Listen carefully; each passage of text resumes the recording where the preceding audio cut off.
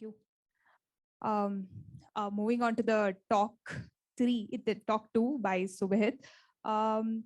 Subihit is going to be talking about the gray box test for microservices. He's going to be talking about enhancing the backend test suite by incorporating gray box tests and enhances the overall effectiveness of the E2E layer, which reduces the dependencies on the API test for a faster feedback. About Subihit, he's been part of the QA industry for about 11 years, and he's been passionate about learning a lot of new things. Let's hear it from you. So today we're going to discuss about gray box tests, primarily with respect to microservices. Just a token of notice that this is primarily going to be a discussion about microservices and backend systems, and that is something we. Is it better now? Okay. So the only token of advice is that let's make it as interactive as possible. We're gonna primarily discuss about backend systems, and that is something most of us have at least worked on or have had some experience about. That is the only thing. Discussing about gray box tests. First, let's think about what exactly do we do when we think about microservices, right? So when we say testing backend or testing microservices, what is the first thing that comes to mind? Anybody? No wrong answers.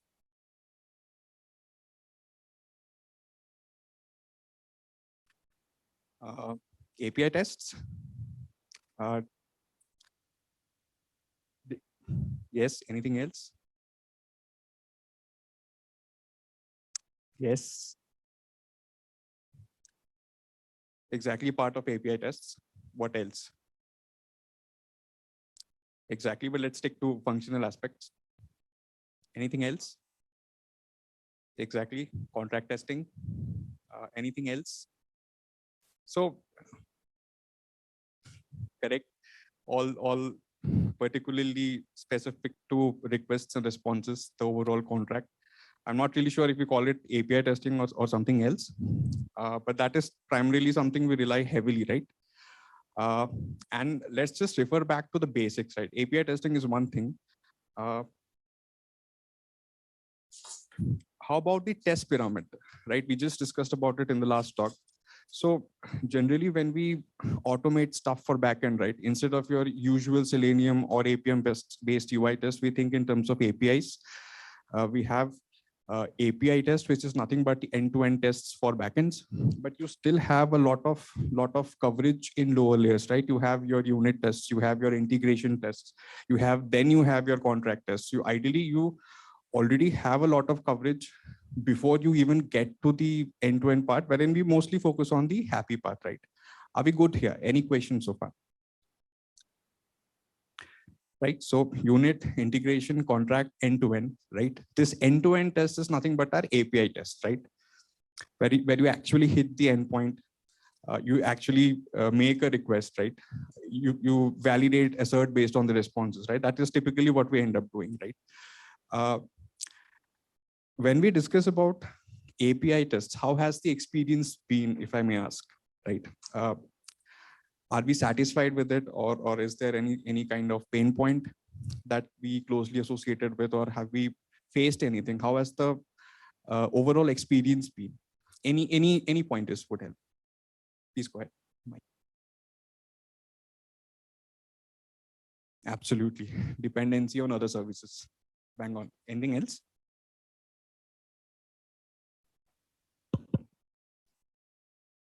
Yes, but let us completely, focus on the API part of thing. At least let us think in terms of how can we assure that, okay, from a backend perspective, things are right. Because when that happens, it can also be an issue within the UI. But from a API test perspective, I can at least certify that, hey, nothing is wrong with the web service as far as possible.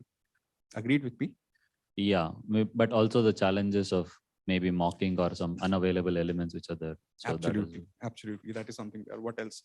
Bad parts, good parts, how has been the experience? If somebody is coming from a UI background, how has been that experience? flakiness, has anybody encountered flakiness with UI tests? How has that experience been? Is it more of a pain to write a UI test, or is it more of a pain to write and maintain a API UI test? How has it been overall?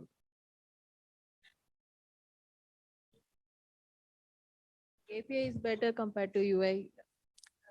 What are the few reasons that you because think? every time elements will be changed or all these things, maintainability of UI test is comparatively costly compared to the API test, I feel. Right. Completely agree with that. And any other pain points? Anything else folks have faced in their journey? Okay. Message received. Better now?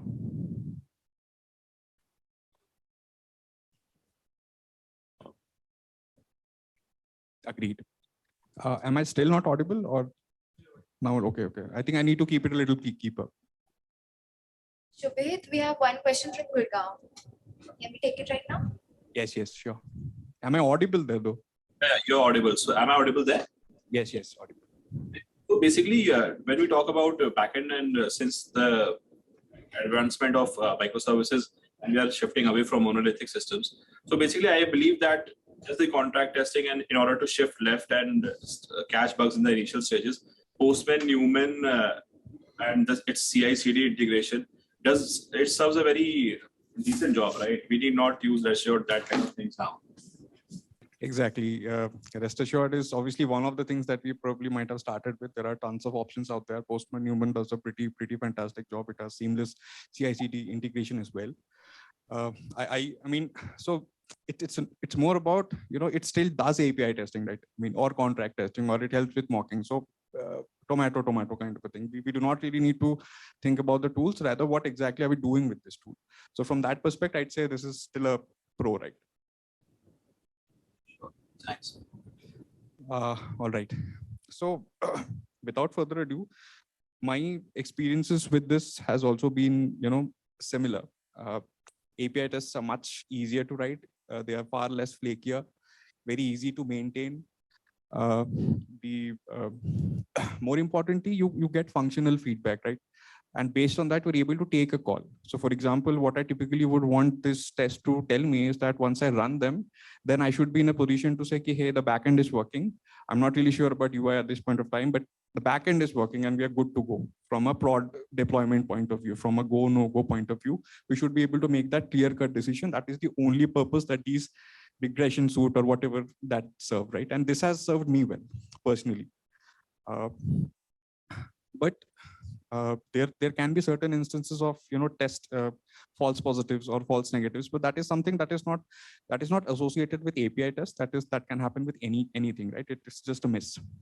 But how many of us have had the chance to work in a monolith, or how many of us have had the chance to work in long-running microservices? It might be a microservice, so it's a different ballgame, right? Initially, you have just a bunch of APIs. The test might take 5 minutes, but what happens when it continues? What happens 6 months down the line? What happens 1 year later? What happens 2 years later? I mean, I personally have tested products which has been going on since 20 odd years. I know funny, I know paining, but anyways, wanted to hear opinions from the group. Has anybody felt any kind of pain when it comes to API testing, especially for monolith, especially for long running microservices? Anything? Yeah, I have one thing. Can you hear me? Yes, please go ahead. Yeah, in some projects, frequently changing contracts also one of the pain points. We have to update the contracts. Yes, that is a typical pain point that you associate with a very tightly coupled microservices. That's completely right. Personally, I haven't had a chance to work on microservices, but I did get a chance to work on, monoliths, but I did get a chance to work on long running microservices. Initial couple of sprints are easy, right? The first deployment is easy because the test would hardly take 15 minutes, right? But I mean, 2 years down the line, the test would take 1 hour, 1.5 hours, that too in pipeline. If I run the same test locally, it would take 1.5, almost 2 hours. The problem with that is more and more we want to be in a situation wherein we want to deploy as soon as possible, right? We have all heard of stories wherein you push a commit to master and it should go to prod. Just like that, every commit, as soon as it is pushed, we run the quality gates, we run the test, and we put it to prod. But then if you have a feedback cycle of 1 hour, of 2 hours, then that continuously become a pain. And it doesn't matter what kind of test we write. I mean, eventually, as the application grows, as the application evolves, this will also grow. So at some point of time, this also becomes a pain point. Do we agree with this, or anybody has any challenging opinions? All right. So I just wanted to quickly set the context because one might think, hey, things are working pretty well with API tests. Why do you even have to change it? I mean, what is wrong with it, first of all, so that you even have to think about doing something like that? So faster feedback is one of the things that that is worth exploring. If there is a better way, if there is a faster way to get the same feedback, right? So that is what the context behind why we wanted to even try out something different other than API testing. API testing is hugely popular. There are a large number of support in terms of CICD, in terms of number of tools, right? There is a dearth of options out there. But before we do a deep dive into what gray box tests are and take a look at an example from the group, I would like to understand, have you ever heard of this term gray box tests? What is it that you feel this might be? Anything that comes out of the blue? Anything, folks? It's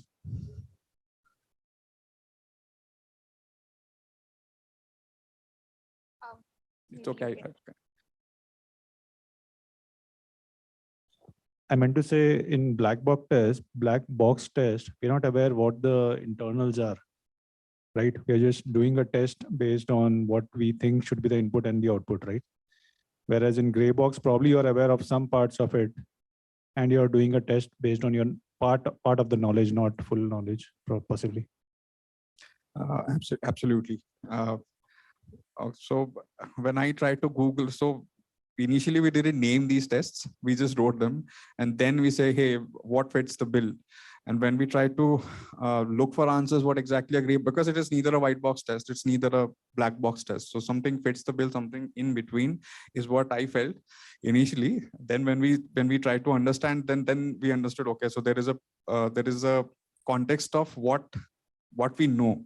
Right? From a black box perspective, we shouldn't be knowing anything about the application, and we do not even need to know. All we need to know is to, hey, this is the request and this is what I'm supposed to get. That's it. So that is bang on. That is something that we had in mind as well. But beware, if you read the internet, there might be multiple other explanations as well. And that is also why I wanted to set the context. So this is also what we have in mind right now, especially with regard to the kind of test that we are going to demo.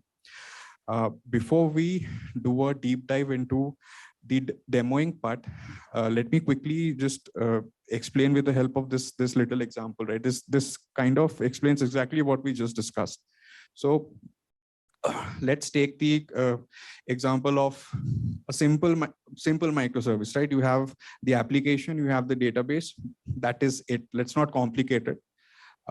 So API test, if you can see, it's something that is invoked outside the dominion. I mean, outside the development environment, right? You build this microservice, you deploy it somewhere, you expose an endpoint, and that endpoint is being that is kind of the interface. We are interacting with an interface. That is what API test does, right? So its jurisdiction is outside of the realm of the microservices. Now, if we closely look at the gray box test, they are within the microservices, right? Think of an unit test, think of an integration test or a contract test. These have to be within the code base. These, you need to provide them with all the context that the code would need, right? So you're still inside the development environment when you basically write and run these tests. It is not something that you can do from outside the system. You have to be within the periphery of the code base. Any questions before we move ahead?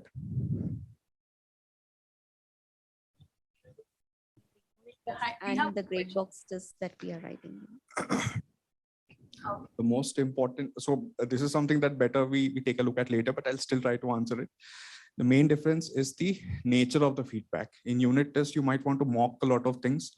And basically you are kind of asserting in a unit test whether a class I mean, it is at a class level or simply at a method level.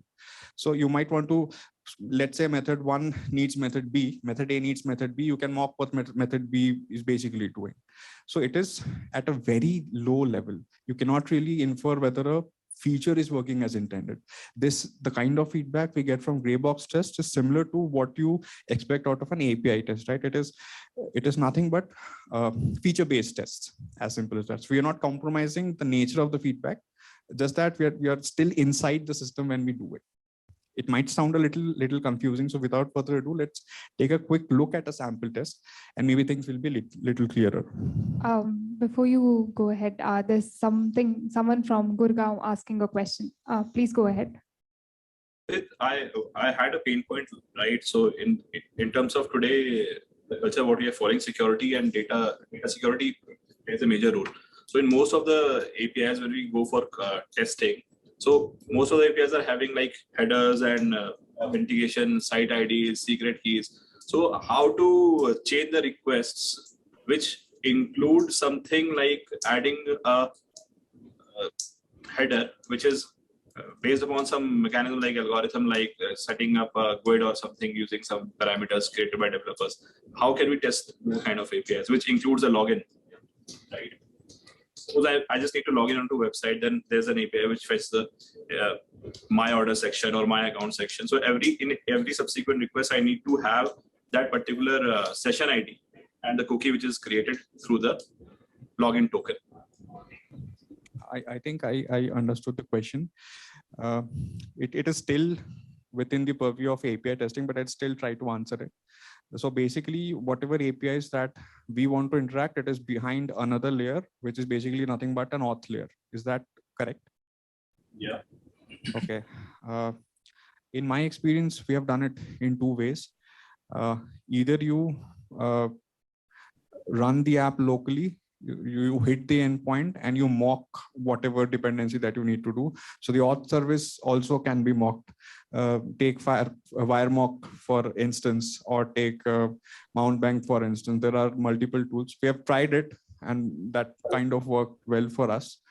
So you can even containerize it, even that, like run the app in a container, run the wire mock in another container. You can specify what should be the endpoint. If somebody says, hey, give me the auth token for so-and-so request, it will always give you this. For 401 also, it will give you this. In API test, I mean, in an actual end-to-end API test, you probably wouldn't need to mock anything. But then you probably have to create some user groups and maybe some policies depending upon the infrastructure. I mean, in my current project, we use GCP, so there are a few things which might be specific to it. But again, that probably would again fall into the purview of test data, kind of. But does that answer the question somehow? Understood. So does that mean that having a separate master branch for prod alerts, like if we just set up production alerts for any e-commerce based project, like order creation is getting failed, and we create a parallel branch to master and then execute a live scripts on those for getting alerts via any Slack channel or Google channel. Is that a correct approach to follow for production? Execute the scripts on production. I would not think so. So when you push something in master, do we have a step wherein we actually run the API test in some environment? Is there something like that? Yeah, we do have like pre-prod environments and UAT environments, QA environments. There are multiple environments, right?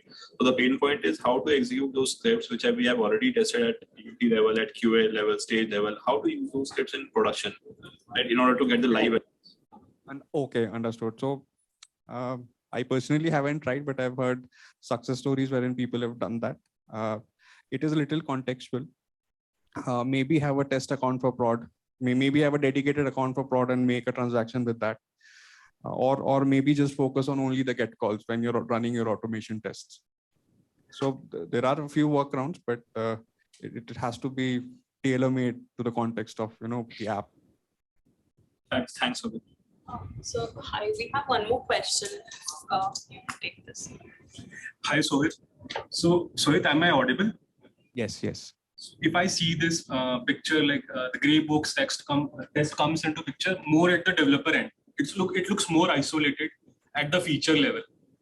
So if I take it from the QA perspective, from the shift left, so where do I see QA in it? For example, this is something on my local, I created a test, I verified my code, that's it. And later on, it will be merging with some other branches on the pre-prod or on any QA environment. Then again, I'll be running the similar scenarios to verify the same thing. So that's a very, very good question. We have the exact problem statement in mind, and probably we'll discuss it in the next few slides. We just wanted to, understand, take a look at what exactly these are, and then discuss about the way of working, way of that part. Does that make sense if I explain it in the next slide or a slide after? Sure. Cool. But thanks for the question. It's something that we already had in mind. Thanks. I just wanted to go back to the older question on the production testing, especially for authentication, other things. So with test account, as you mentioned, testing would be very limited. What helps you there is your monitoring and logging. So if something goes wrong, you'll get those alerts. So that's where you get maximum data from production. Testing, everything is not possible. Exactly. So alerts logging is your best way to go for. Completely agree with that. Yeah. Thank you. All right, folks. Shall we go ahead for the demo or any other doubts in mind so far?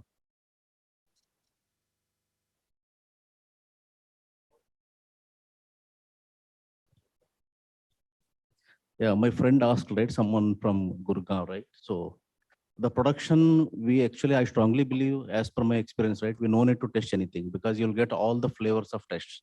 Okay, there is a lot of varieties, operation team, business team, users, they will do a lot of different way of data, you'll get it, combinations, which we will not even cover during our QA and dev environments. So that is what production is, to make it as much as smooth, okay? But we can't able to test anything in the production. We can't do actually, because we need to do cover maximum test in the QA environment, cover it test, and push our code base to the production where automatically I strongly believe you'll get many flavors. Okay. That is what I just, according to me. Okay. Just thank you. All right, folks. Let's proceed on to the demo part.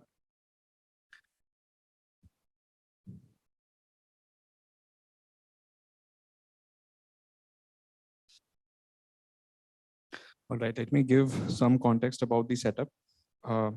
This is a very simple skeleton Spring Boot app, right? And the context here is tutorials. So we basically have a bunch of APIs called tutorials. So just think of get calls. For example, you can do a get call, get the list of all the tutorials, get tutorial by ID, create, update, delete, the whole CRUD thingy, right?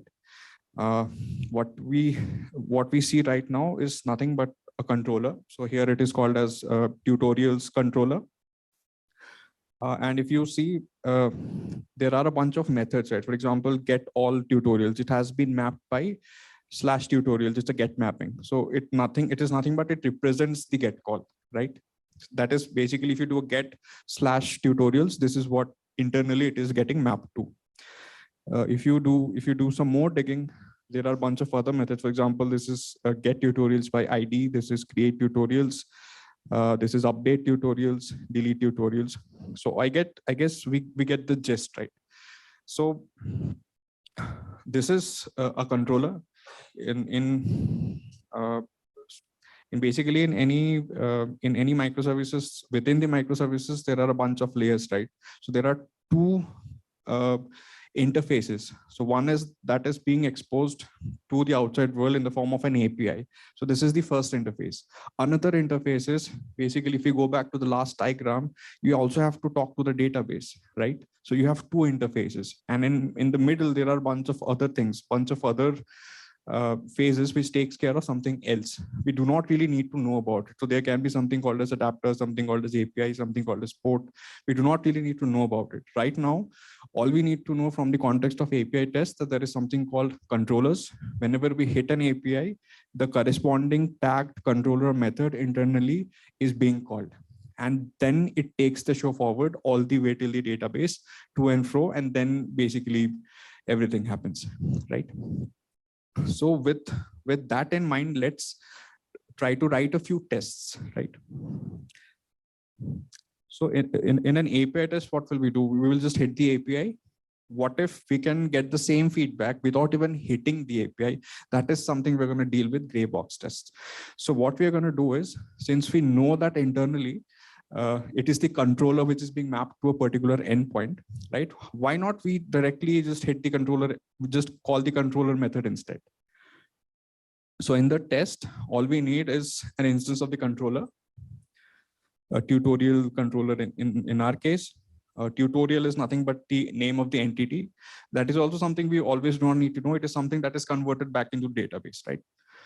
And if we look at the test, for example, this is something wherein we're going to create a tutorial, right? So basically that means nothing that we actually hit the post URL, right? So instead of hitting it, we're going to use the controller and we're going to call the get tutorial method, pass the tutorial object, which is nothing but the data, right?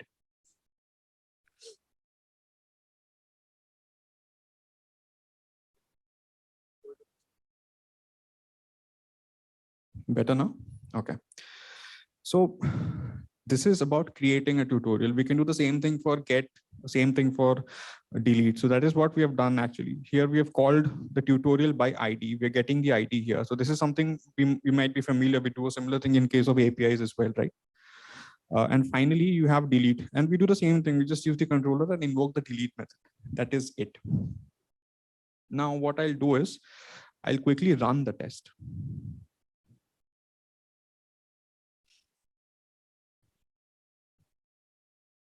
Here the database has been, we have been using test containers for the database. We might not be able to see much. I'll address that a bit later, but let's run the test, right?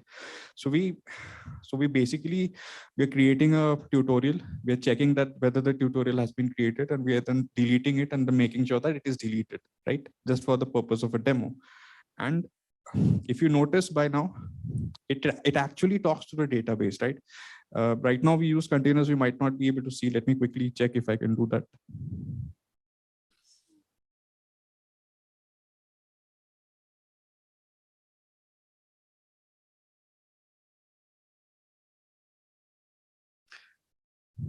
Right, so let me just create something. Let's call it demo. So let's just run one test for now. So what I've done is I've commented out the part wherein I need the test containers. The database is already running in another container. So I can do either this or that. But for the purpose of demo, let's do it.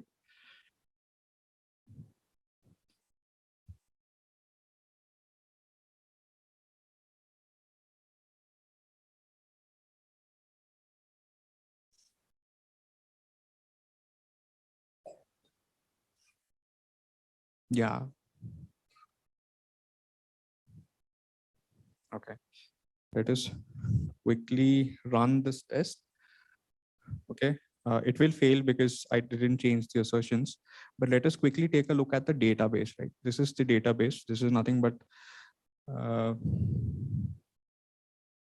you see this, we just updated it as demo, right? So I thought this might help with visualization. So this is when you hit the controller, it is same as that of a normal API, right? It is actually talking to the database. So when I saw this the first time, I thought, okay, cool. What else do I need, right? As long as nothing is mocked, as long as I get the same feedback, does it really matter if I hit the API or not? So that is something we had when we, wanted to discuss about gray box tests. I'll take a pause here. Any first thoughts, any first impressions? I'm sure you probably have a lot of questions. Probably I might cover them anyways, but anything in mind thus far? Subihit, we have one question from Gurgaon. Yes, so. Please ask. So like my question still remains the same. Right now you are directly verifying the database. We are not verifying the API. So are we bypassing the QA here? Because we will be exposing the API to the end users, right? So if API might be failing, it is not able to connect to the database, then what is the benefit of this gray box? And it more looks like a developer wrote a code and he's just verifying it. not like, still I cannot relate it with the QA perspective.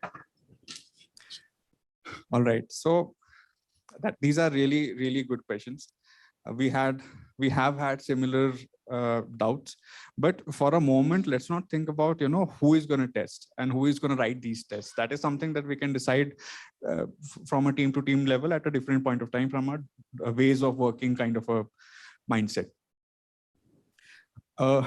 But if you think we are not getting, but are we compromising anything in terms of feedback? Because when you hit the API, what happens internally? Internally, it's nothing but a collection of classes, methods, and interfaces. So even if you hit the API, those things are abstracted out, agreed. But eventually the same thing is going on internally, right? You were just not exposed to it. Did I answer or? But again, I think it will be compromised with the quality, because as a developer, as a technical person, the chances will be very low that I'll make a mistake. So you mean to say that if I do this instead of API testing, we are going to compromise on quality? Correct. Exactly. But then we never said do not do API testing.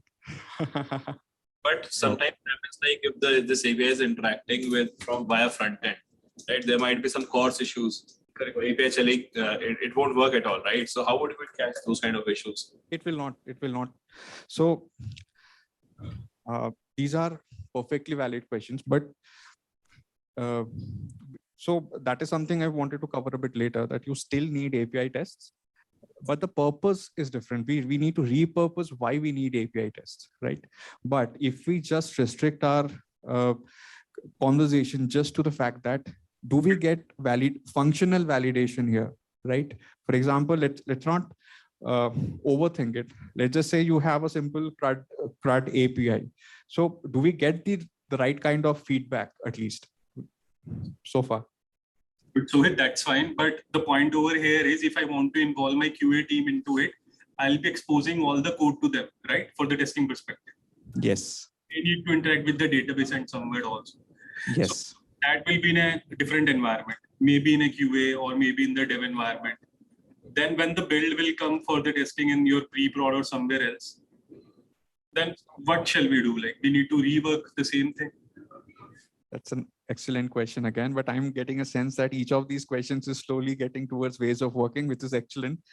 How about I give it a pause here and I will come back to these questions a slide later. I have the exact same thing in mind. So I what have do we another do? question, which Yes, is yes, please go not ahead. based on that context. So think of a transaction-based system where you need to roll back all the transactions if any step within that method which you were mocking, which is actually called by the API. So there are 10 operations being done on the database from one API itself. Bad design, but let's assume it's a transaction-based system. So it is orchestrating 10 different events. So how do you test those out so as to, if one is failing, fifth step is failing, so we need to roll back the transaction, right? So how do you plan to do that within this? And is that something which this covers? As long as you have something functional, I feel it can be covered here as well. Now, okay, so how will you mock, 5 passing, 5th failing? And will you do all the PNCs for that? I mean, there are 10 steps which need to be done on the DB level, okay? And then you need to see if those 10 were rolled back, if 11th step fails, okay? So each step can fail. First step failed, no option. Second, you need to see if first was rolled back. Then second, third fails, we need to see if first and second were rolled back. And how do you assert those things? so we have, so I am betting there is no API which basically tells you that, right? Yeah. Okay, so we have had the same problem in one of my projects. So what we did is that we simply were connecting to the database and executing scripts locally and figuring that out. Sure. Sorry, may I understand? I understand the glimpse of it. The explanation, and it gives the right feedback directly. It calls to the respective database and gets the output. I would like to understand, where does exactly this gray box fit in, like for a team which is already running API testing all over.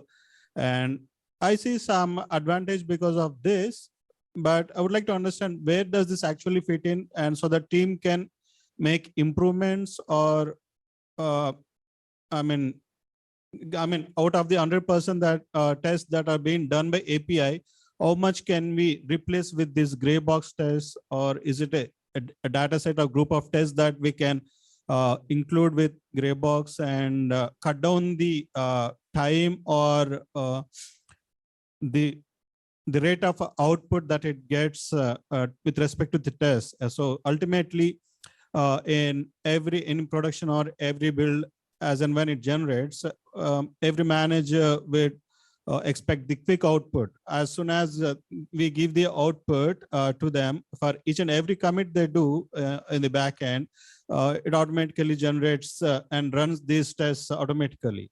So if it takes 2 hours with API tests, and how much is the time comparison that this gives us benefit, this gray box, so that some X percentage of API tests can be replaced with gray box and it improves timing? Very, very valid question. Thanks for that. That is something, we wanted to cover in the next set of slides. So obviously writing them is not enough. You also need to leverage it to the best possible way. If there are, do we have any questions pertaining to the technical aspects of the gray box test, or shall we just discuss about this aspect now? I have the technical question. Yeah, go ahead. So you said you are doing the controller thing and you're writing at controller level.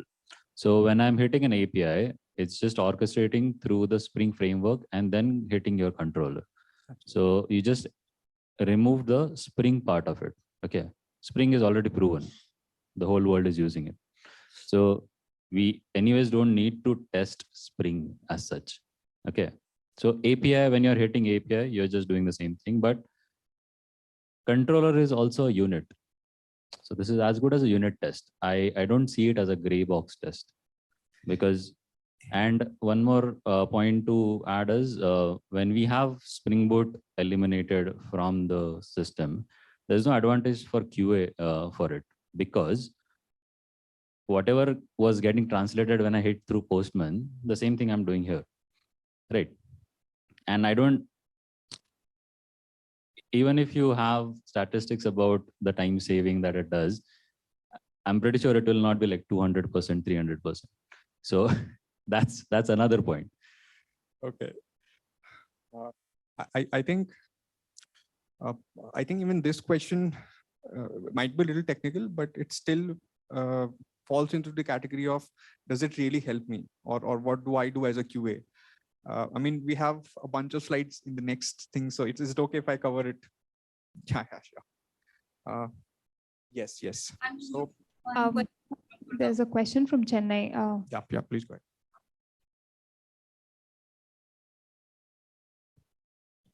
ahead. Chennai folks. Subha? Okay. If not, Gurgaon, Jyotika, are there any questions from their end? With one technical question I wanted to ask, you linked it with the DB. So let's say I wanted to test by caching, Redis caching or Elasticsearch. So can I rely on this framework? Because there I can see this as a valid use case. For example, developer has done something and they are trying to move their code to pre-prod or something. So we wanted to make sure that caching is working fine or Elastic is going well. So can we use Sumbit there? I haven't personally tried it, but I bet the answer would lie on the way caching has been implemented. If it is implemented at the database layer, yes, definitely. But there might be certain aspects which still more suited for API, because you might want to assert that whether the API is not getting called multiple times. Does that answer your question partially? I'm sorry, I haven't tried it, but that is probably my impression out of it. Yeah, that's fine. We can go ahead.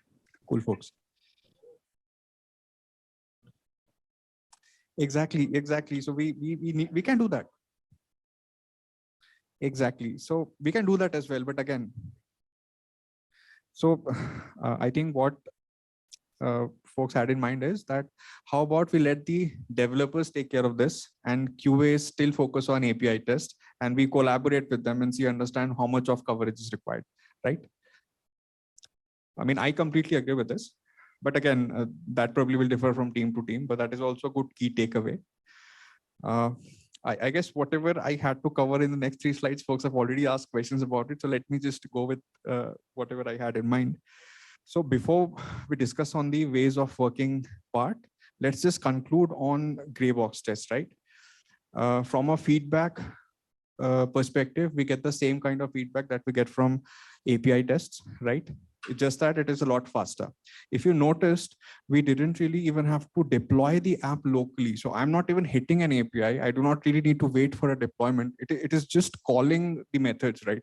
And I understand if it looks like more closer to unit test than an end-to-end test, but that is what it's intended to. I personally, I do not really, I just care about the feedback and the fact that I get it as soon as possible, right? So that is something that I felt was really good here. I do not have all the numbers, but I'm sure if we can bypass the deployment step as well, you might have seen it taking almost 5 to 10 minutes for a deployment in any environment, right? Next is, so these are closer to the code base. They offer faster feedback because they are similar to unit test in many aspects. So I will not blame anybody if they're confused with that. This is how we felt as well. And the shift, and it is part of the E2E layer. So the first thing that comes to mind, hey, we have these gray box tests. So now what happens to the API tests? Do we not do it at all? Do we completely eliminate it? What about the thousands of scenarios that we've already written? The answer to that question, at least from our perspective, is no. Just that we repurpose them. For example, whenever we take a look at the test pyramid, the way I've seen a lot of people approach it is, okay, let's say I got a bug. What do? Do I write an API test right away? No. First, I see, can I write a unit test? Whatever that I cannot cover in a unit test, I do it in an integration test. And even these two are not sufficient, then I write an end-to-end API test, knowing fully well that it couldn't have been covered in the lower layers, right? So we still use API tests for that purpose, but what is that purpose? The purpose is integration. Now, in a microservice architecture, there might be 20 odd microservices. We are always saying that internally for each microservice, we can get this feedback, but whether all of them work in tandem or whatever layers that there can be, right? Microservice A might be talking to microservice B. Microservice B can be some other, might be functionally related. It can be another layer in terms of, let's say, some auth service. It can be anything. So we still need them from a integration checkpoint. So that's an ideal end-to-end test. Plus, there might be certain things that you cannot really cover in gray box test. So you might also want to test them, but ideally we do not automate everything. We choose and go along with it. And there is an element of shift left as well. Let us go ahead and I'll quickly explain what we had in mind. So we just quickly, so how does the pyramid looks now? It is exactly what I meant. So right now, if you see, earlier there was just one end-to-end test layer, right? We break it into API and gray box test layer, right? Gray box test layer gives us the feedback that we need. API test that does its job of end-to-end integration. That's it. Now, if you look at a typical CICD pipeline, right? Typically what happens, there is a build step, right? And then there is a deployment step. So in your build step, you basically do the Gradle build or MVN build, whatever. You run your unit test, integration test. At the end of it, you have your artifact, you deploy it to dev, run your smoke API test once, deploy it to, if they're green, deploy it to, let's say another environment, let's call it test. Run your automated regression test, automated APIs there. If everything looks good, you push it to prod. That is how, in most of the places, the CICD pipeline looks like, right? But now what we can do is, and this is specifically to address the shift left part, is the best way we can leverage these gray box tests is when we have a build pipeline, that looks like this. So we run the build, right? Build will have its unit tests, lint checks, If infra is involved, you might want to do some sort of security or vulnerability checks. You run your unit test, you run your integration tests. If you have a contract test, run them as well. But it is at this stage that you run your gray box test as well. So imagine if this is done correctly, a developer runs the build locally, right? They have to run it locally before they push it, right? They can get the feedback right away, right?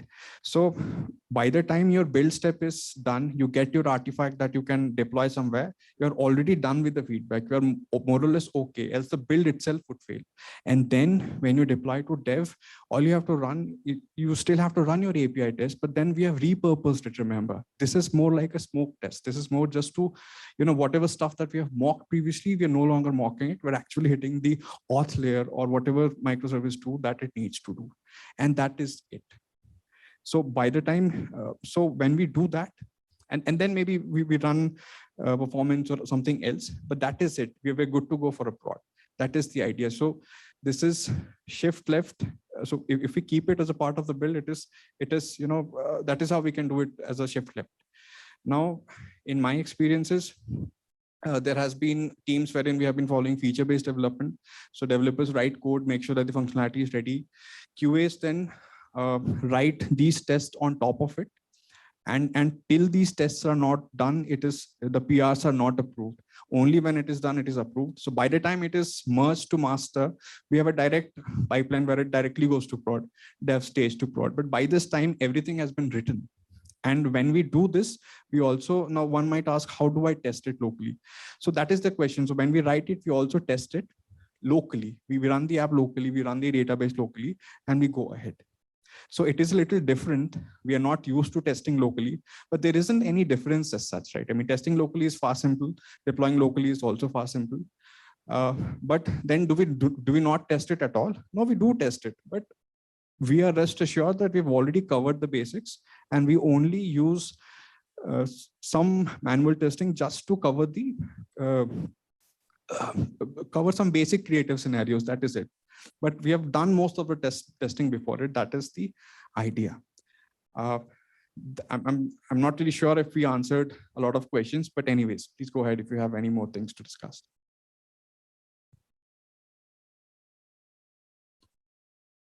Does this make sense or?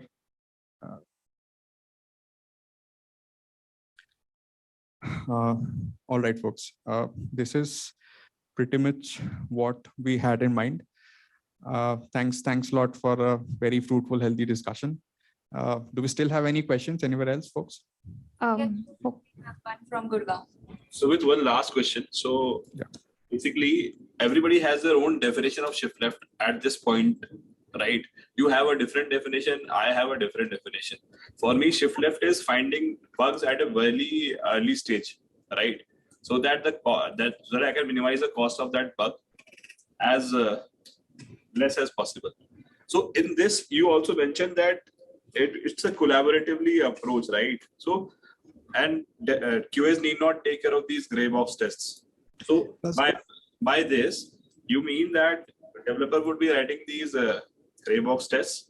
Then again, we would also be having regression tests in the entire pipeline, right? So I don't think that we are saving time anywhere over here. Okay, I got your point. So at this point, let's not worry about who writes it. But the thing is, what we will do now is, let's say whatever test that would run at, as a part of regression, I'm taking that out and writing gray box tests and running them as a part of the build. And since it runs locally, it saves a lot of time, right? We do not even need to deploy it locally to run these tests. So just imagine you have unit tests, but it doesn't mock anything and gives you the kind of feedback that you need at a feature level, at an app level, right? So when you come to the stage wherein you earlier used to run your existing regression suite, that has been repurposed now. Since you have already written your gray box test, you need not repeat it again. Just think of scenarios which can be covered here from an integration standpoint, from an end-to-end integration standpoint. For example, if something is getting mocked in gray box test, then you can choose to have a scenario here. Just have the happy path. So when you just have happy paths, this has been repurposed. It is no longer regression, it is smoke. What used to take 1 hour should ideally take 10 minutes. Understood. So have you thought of any solution that acts as a one-shot solution for covering things like what SonarQube covers for UTs, for integration feature, and then the entire end-to-end testing, right? In which everybody like QA devs can collaborate, even the PMs can do their UATs via just executing their job on Jenkins? It's a very good question. So in SonarQube, you basically define coverage, right? Is that method being tested or not? We can define a similar attribute specifically to the controller methods. Have they been covered in the gray box test? The same way you measure unit test, you can also measure this. So that's a very valid point. Actually, it should reflect in anything similar to SonarQube, provided we have it configured in terms of rules. Hope that answers your question. I think we've had the Q&A session. Like, if there are any more questions, please do reach out to him. If also he has the LinkedIn profile, so you can reach out to him there as well. Thank you, folks. Thank you, Subihit.